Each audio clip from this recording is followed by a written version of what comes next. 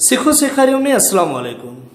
शागिर्द साथियों, अज तव्हांखे असां कुंडनि जे बारे में कुछ मालूमात ॾींदासीं, पर सब खां पहिरीं अचो त तव्हांखे ॿुधायूं त कुंड छाखे चवंदा आहिनि। त दोस्तो, ही जेका आहे तव्हां हिन खे थोरो ध्यान सां ॾिसंदव त ही उहो पॉइंट आहे जिते ही ॿ लीक टुकर पाण खे कटेनि था। त हितां खां ही मुख़्तलिफ़ कुंडूं ठाहिनि था, जीअं तव्हां ॾिसी सघो था, हीअ बि चई था सघूं, या हीअ बि, या हीअ बि, या हीअ। त मक़सदु कुंड जी जेका वज़ाहत आहे सा हीअं चई सघिजे थी त ॿ लीक टुकर, ॿ शुआव या ॿ लीकूं जंहिं बि पॉइंट ते हिक ॿिए खे कटीनि थियूं त उतां खां उहे कुंड खे ठाहिनि थियूं। त दोस्तो, हाणे अचो त तव्हांखे अॻिते असां कुझु मुख़्तलिफ़ कुंडूं आहिनि उन्हनि जे बारे में तव्हांखे ॿुधायूं था। त सभ खां पहिरीं हीअ जेका तव्हां ॾिसी रहिया आहियो, हीअ आहे सोढ़ी कुंड। हिन खे अंग्रेज़ीअ में एक्यूट एंगल चवंदा आहिनि। एक्यूट एंगल उनखे चवंदा आहिनि जेका 0 डिग्रीअ खां वधीक हुजे ऐं 90 डिग्रीअ खां घटि हुजे। हिन जी का मख़सूस माप न थींदी आहे। 0 डिग्रीअ खां 90 डिग्रीअ जे विच में जेके बि कुंडूं थींदियूं आहिनि उन्हनि मां हर हिकु कुंड खे पाण सोढ़ी कुंड चवंदासीं। दोस्तो, हीअ आहे ॿिए नंबर ते हीअ जेका गूनी कुंड तव्हां ॾिसी रहिया आहियो, हिन खे अंग्रेज़ी में राइट एंगल चवंदा आहिनि। गूनी कुंड जी माप मख़सूस कयल आहे 90 जी एंगल ही हूंदी आहे, 90 डिग्रीज़ जी। बिल्कुलु जेका सिधो ही उमूद कढंदी आहे उहा गूनी कुंड चई वेंदी आहे। गूनी कुंड जी डिग्रीज़ में बि ही चोरस जूं जेके ॿ लीकूं आहिनि, इहे हिन जी चोरस जेको आहे उनजी निशानी आहे। ही गूनी कुंड आहे जंहिंजी माप 90 दर्जा हूंदी आहे, यानी गूनी कुंड पाण उनखे चवंदासीं जंहिंजी माप 90 दर्जा हुजे। दोस्तो, उनखां पोइ ही तव्हांजे साम्हूं ॾिसी रहिया हूंदव त ही वेकरी कुंड आहे।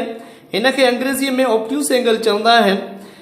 वेकरी मतिलबु जेका बि अहिड़ी कुंड जेका 90 दर्जनि खां मथे हुजे ऐं 180 दर्जनि खां घटि हुजे त उनखे असां वेकरी कुंड या ऑब्ट्यूस एंगल चवंदासीं। ऑब्ट्यूस एंगल उनखे चवंदासीं जेका 90 दर्जनि खां मथे हुजे ऐं 180 दर्जनि खां घटि हुजे। दोस्तो, हाणे अचो, हीअ जेका आहे सा हिकिड़ी सिधी लीक ई आहे, त इन खे सिधी कुंड चयो वेंदो आहे। हिन जी मख़सूस माप आहे 180 दर्जा। 180 डिग्री जी कुंड जेका आहे उनखे स्ट्रेट एंगल, स्ट्रेट लाइन या सिंधीअ में सिधी कुंड चयो वेंदो आहे, 180 दर्जा जी कुंड। उनखां पोइ दोस्तो, हीअ जेका तव्हां ॾिसी रहिया आहियो, हीअ आहे रिफ्लेक्स एंगल यानी उबती कुंड। उबती कुंड यानी अहिड़ी कुंड जेका 180 दर्जनि खां मथे हुजे ऐं 360 दर्जनि खां घटि हुजे त उनखे असां उबती कुंड या रिफ्लेक्स एंगल चवंदासीं। हिन जी का मख़सूस माप न हूंदी आहे, बसि शर्त उहो आहे त 180 दर्जनि खां मथे हुजे। साॻे नमूने सां हीअ बि रिफ्लेक्स एंगल जो मिसाल आहे।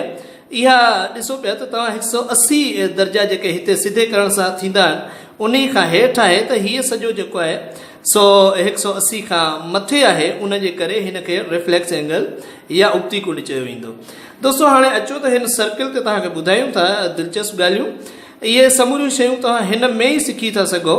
त हिन सर्किल में तक़रीबन टोटल जेके आहिनि से 0 खां वठी 360 दर्जनि जूं कुंडूं ठही सघनि थियूं।